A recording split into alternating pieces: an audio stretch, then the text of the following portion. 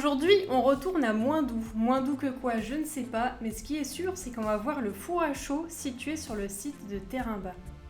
Si vous l'avez déjà vu, vous avez de la chance car c'est un des vestiges les plus confidentiels du site. Il a donné lieu récemment à une rénovation et l'accueil du fort pourra vous indiquer comment le trouver. Nous allons voir ce vestige, mais aussi les plantes qui l'environnent, car ce four à chaud se trouve au bout d'un chemin qui serpente dans une petite forêt bordée par la mangrove. Pour rappel, le fort Terrain-Bas est un ancien pénitencier dont la construction a commencé en 1871 et qui a accueilli des damnés pendant environ un quart de siècle. Le site se présentait quasiment comme un village et avait notamment son propre bureau de poste, sa boulangerie et, comme on va le voir aujourd'hui, son four à chaud.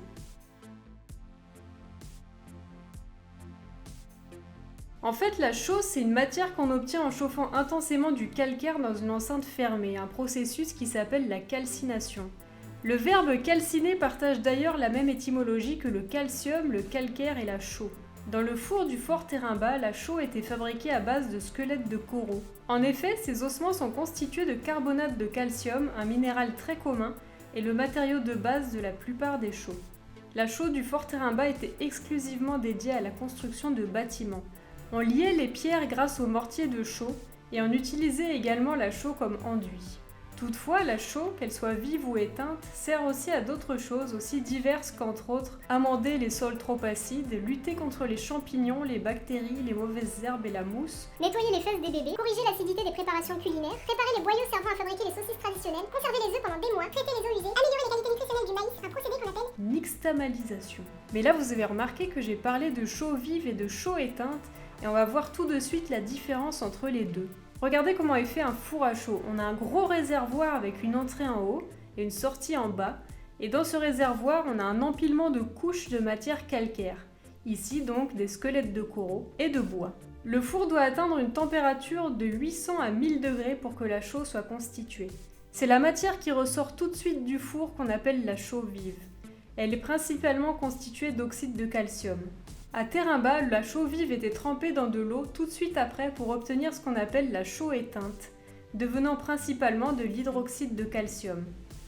C'est donc cette chaux qu'on utilise en construction. Une fois complètement sèche et à force d'être au contact de l'air qui contient du CO2, une nouvelle transformation a lieu et la chaux redevient du carbonate de calcium. C'est comme si le corail s'était reformé dans le mur.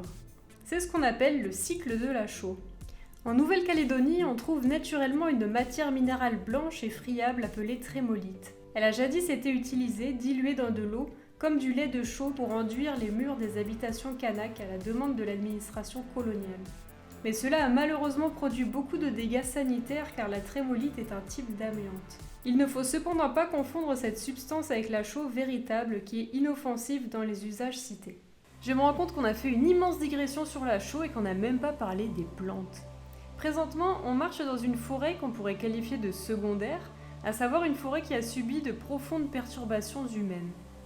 Tout autour de nous, l'ombre est essentiellement assurée par des plantes introduites, principalement des légumineuses ou fabacées. On trouve quelques grands classiques de plantes introduites, dont on a déjà parlé précédemment.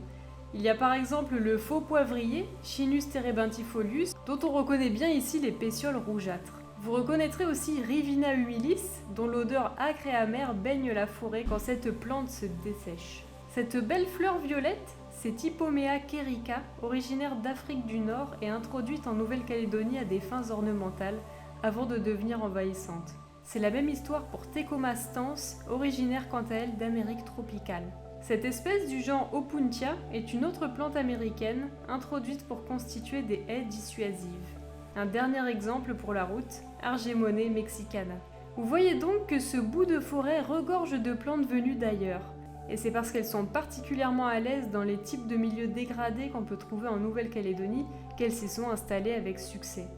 Un milieu non déboisé par les humains est beaucoup moins perméable à de nouvelles espèces. Au milieu de toutes ces plantes introduites, on trouve tout de même quelques plantes endémiques et autochtones, par exemple cette liane aux feuilles vernissées qu'on appelle Deris trifoliata et qui est autochtone.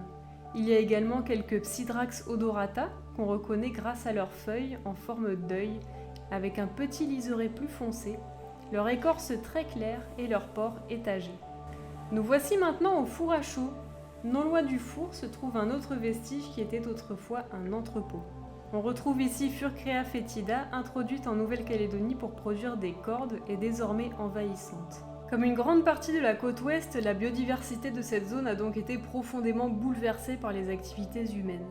L'histoire du pays peut se lire dans cette géographie végétale. Ça peut rendre un peu triste ou en colère éventuellement, mais n'oublions pas que l'histoire n'est pas terminée. Un très grand merci à Ségolène Lenormand, directrice du Fort Terrimbat, qui m'a donné l'idée de faire cet épisode, m'a présenté les vestiges et m'a fourni de la documentation. Je vous invite à aller voir les vestiges de ce four. Je rappelle que l'accueil du fort pourra vous donner toutes les informations nécessaires, et si vous restez plutôt à Nouméa, vous pourrez aller voir le four à chaud de la baie des Citrons. À bientôt!